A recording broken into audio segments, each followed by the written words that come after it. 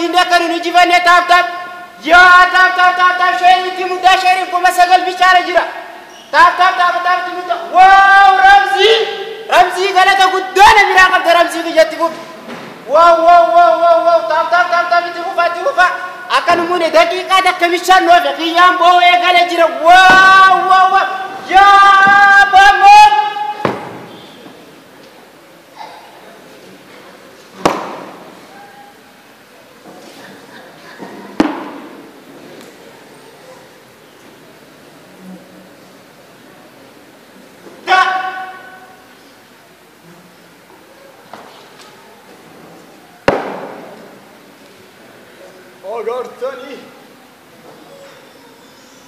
أغرتني قالوا تغنى جدونك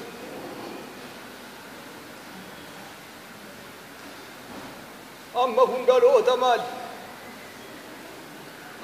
قالوا تمال قالوا تقلبا قالوا توصون دولت كنتو يجاتون قالوا تغنى قالوا تدوي أول جنركتين أنجرات يجرين ينركي قالوا تو في ساتي فوفدي لا فانوف دوف جاجتم سقافت قالوا تو في الرد كبسا إنجي فنو إيقت قالوا تو سو أمن جلكبين تمر دان دي الرد والفن قالوا تو سو نياتين واهي كوفا وديس رقمتي لالو تغنى جتشون لالو توسو دنديامي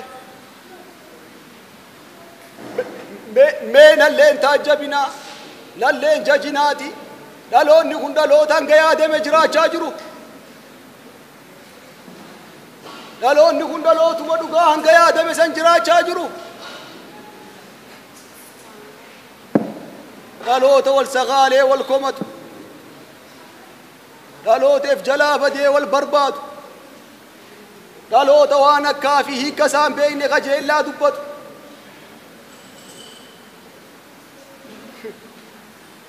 قالوا تا الرغي ستاي غليسا ولين ترقب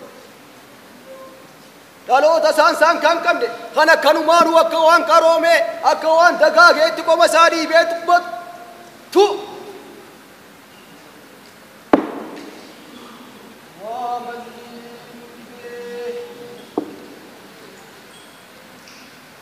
أما دقاد بجوداف لالو تغنى جالا وانتقران همانيات الرفة مو في قبو نجرا هنجي مينا دي بسرت نجرا لالو تغنى جالا وانتقران همانيات نجرا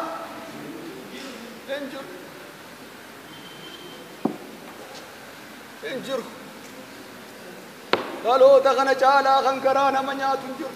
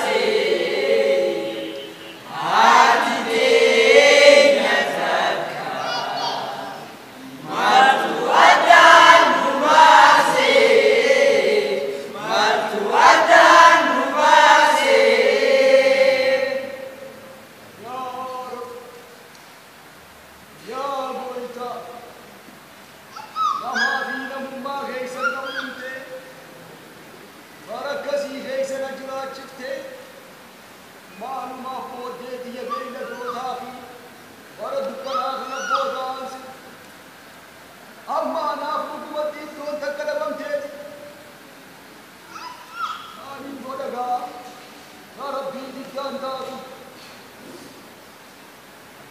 نوفين قال لي أبا مالي وانتي هاتي أسوء جرتو جاتشون مالي برقمتو بردو كانت بيلوتو تمالي أسويتو أبا قوسا جدنا فكار مو دبين كيسا ما قوسا توسيني أبا دبين كانت أنا وامبين نسيني فكار أما اللي نقول ليه نقول غيسني دبين ما سلطمة ليلة دوتا بنقلتو ليلة دوتا سفاكي دبين ما نبتل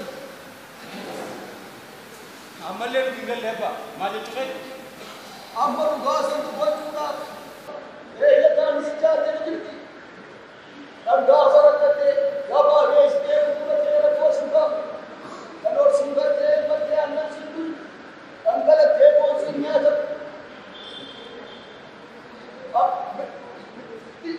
मैं आपको बात दूसरी किसी से बता नहीं सकती ला बात है अब्बा जल्दी ना मैं कुमार मत करके देखने की लल्लवली आमा और बुखारी रोकने और मत पूछो लेकिन क्या अब्बा मान ये जैसे साइंस की दोस्तों ने देखा है जमीन हमारी जगह ऐसा तो है कि आज एक मदद हम मारे देना और मार आने का भाई अब्बा दूसरी जात आकर दूसरी जात जमीन हमारा जल्दी से तो जरा Intur, sini tadi sintur. Jadi satu lagi nama. Oh, dia apa pindah? Aha, akan dia juga apa?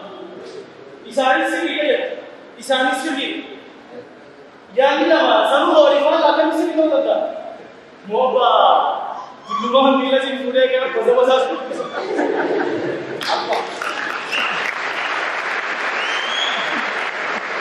Apa? Adi jangan lupa berilah mak. Mak pun lupa pada saya. Jangan lupa pun sungguh kan kata. Apa aman sih? और बर्बाद अब सिलावत किसी इंसान का नाम गले अरे नाम नाम गले कुमार तुझे का गले अरे यार नबी अमान से आज तक गया दसांसी अरे बिना बादल से सरदार पे के उसे भी मोहम्मद पे कैसे हो तुम्हारा संजय ने जी और तू ये गाड़ी से बना के बोतल रुपी संस्कृति तो उसी करे करते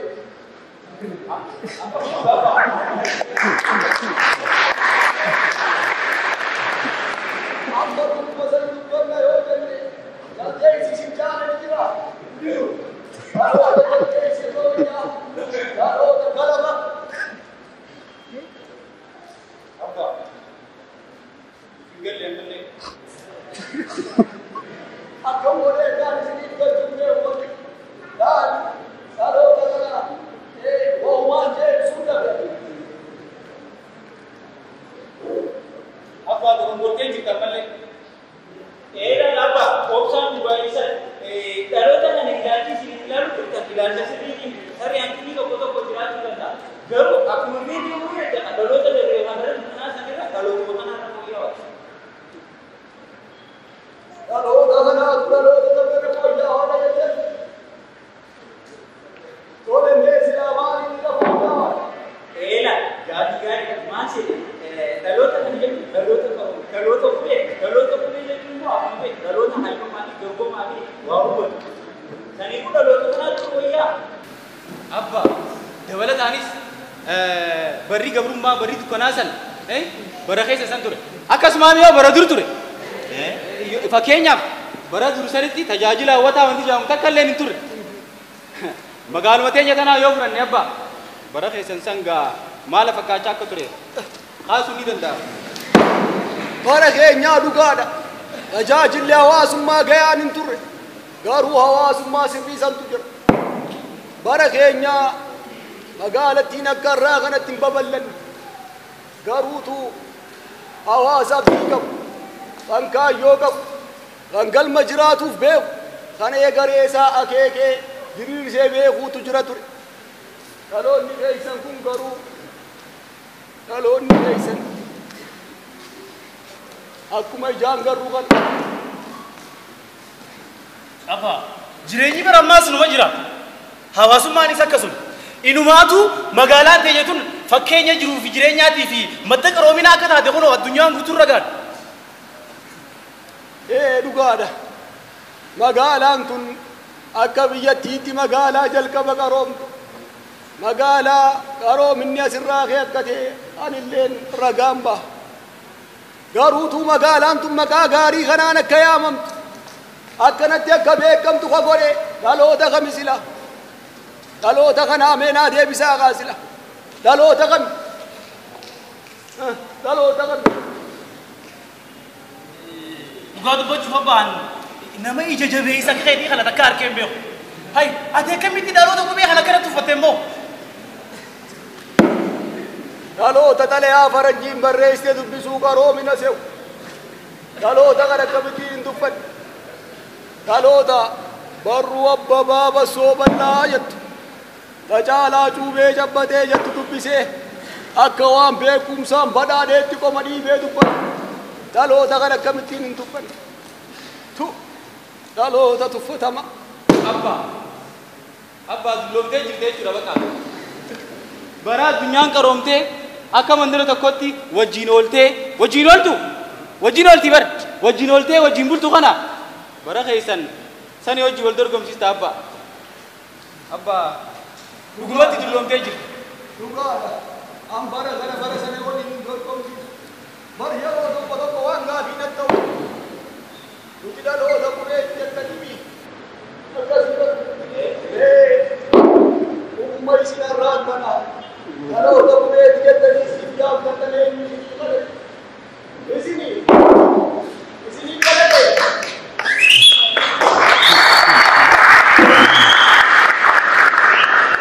Dhaloota dabre jechuun dhaloota akkasii dhaloota sanuu malee magaalattiin tun ammoo maqaa kanaan akka yaamamtu dhaloonni dabre of bira dabre lammiilee alaatillee majeessee maxxanfatee jaalalaaf wareegama waan kafalee laal waan dhaloonni dabre godhe waa baay'ee kaasuu ni dandeenya. Garuu dhaloota kana jechuun dhaloota ifiisaa tuutuu ta'uu miti. Dhaloota ifitti utaalee akka namni isarraa if qabuuf jecha tumsa gaafa. Dhaloota osoo hin dhalatin biyyaatiin isiniin jedhe. Abba dhugaa dubbachuudhaaf an maal akka dubbachuu jirtullee naan galle. Garuu akkuma feete yoo ta'e wanti ati hubachuu qabdu guddaa yoo jiraate dhaloota dabre san irra dhalootuma keenya kanaaf fooyya'aadha. Nuti kabara dukkanaa san ifaarra jirru kana jijjiire. Samii fi lafa jidduutti teekinooloojii fi saayinsii fayyadamee nuti miti daandii diriirsa. Herreeguma kamiinuu yoo fayyadamte abba nuti dhaloota bara dukkanaa sanii wajji walitti wanti ilmaamu. Ammaas dhugaan kun yoo sitti hadhaa'ees malik imsimalee humnaan dhageeti malee sila har'a afaan kanaa wali si cabsa ture. Laal barri ati bara dukkanaa ati jettuun san bara heerri wamaatti kabajamee dhalli namaa nama ta'uu qofaaf wal jaalatee waliin jiraachaa ture. Bara dhaloonni bara san keessa turree tattaraaree dhaloota kanatti agarsiisuudhaaf qabsaa'aa ture. Dhaloonni bara san dabre bara san ture kaayyoo qaba galma qaba waan jiraatuuf beeka. Dhaloota keessan kanoo amma dhaloota kanaa waliin dhaloota san akkamitti dorgomsiif? Dhaloonni kun baraa waliin tarkaanfachuu jira. Mee naa deebisaa baraa waliin tarkaanfachuu jira. Akka eeggametti jiraachuu jira. Dhaloonni kun dhalootaan sara. haala kanaan waliigaluu keenya hin jiru. Kanaafuu asii afaan wal goggoisaa oolurra maaliif carraa kana manaaf kanneen akka isaan jidduutti murtii dabarsan hin goone. Yaada gaarii bareeda anillee kanarratti waliif hin galle. Tole mee isin hirmaattoonni galma kana keessa jirtan asirratti waan takka jaati abbaa kiyyaa fi obboleeyyaa kiyya kana jidduutti murtii takka dabarsa. Dhaloota dabree fi hammaa kamturra qaroomaan. Dhaloota lamaan kana keessa kamiitu ifiifis biyya isaatiifis bu'aa buusa. Dhaloota lameen keessa kamiitu galmaa fi kaayyoo qaba. Mee isin naa deebisaa mee.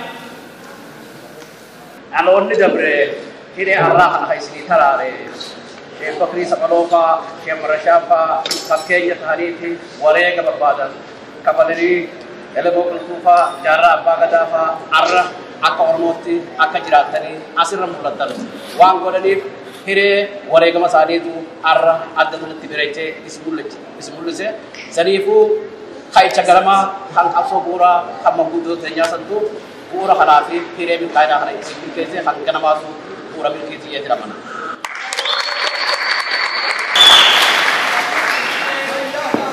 Jaarsaa tokkoon isinii dabarsi. Isin dhaloonni kun hunda keessan illee ta'uu baatu. Hammi tokko kaayyoo fi galma jiraatuuf illee dagatee jira. Mee bakka jirtan iftilmaamaa. Har'a keessa teessanii kaleessaa waliin dorgomuu osoo hin taane har'a keessa teessanii dhaloota baruutiif akkuma barri dhaloonni dabre godhaa ture sanitti waan gaarii gumaachuudhaaf tattaafadha.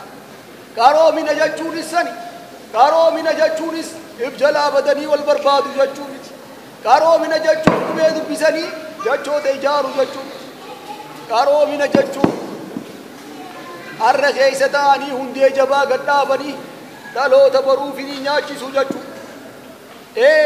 Har'a nama ifiiteetu dhaloota baruutiif ta'a. Dhalooteef jalaa baden ta'ina. Dhalooteef jalaa baden ta'ina. Dhaamsa kiyya ammallee irraan deebi'a. Kaayyoo keessanii fi galma keessan itti yaada. Irratti xiyyeeffadha. Xiyyeeffannoo keessa galchaan dhaamsa kiyya. Fayyaa dee'a. Galatooma.